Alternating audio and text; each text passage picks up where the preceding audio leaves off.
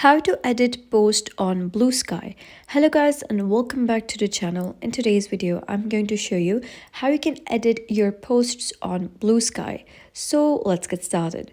First of all, you gotta open your Bluesky application and then you gotta click on your profile at the bottom right. So once you do so, you'll be able to see all of your posts over here. So what you're gonna do is select any particular post and then you gotta click on these three dots.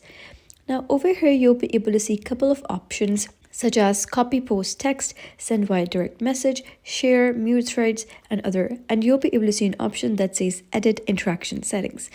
Now over here, once you click, you'll be able to see options such as code post, such as by who you wish to get replies from, and combine the options. But however, you wouldn't be able to see a direct option of edit post.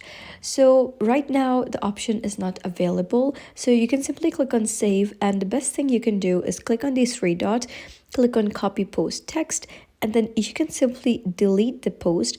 And after that, you can click on post again, paste that down, and add any alterations you wish to do on that previous post, and then you can post it again.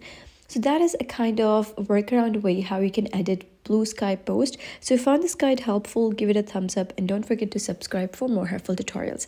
I'll see you in the next video.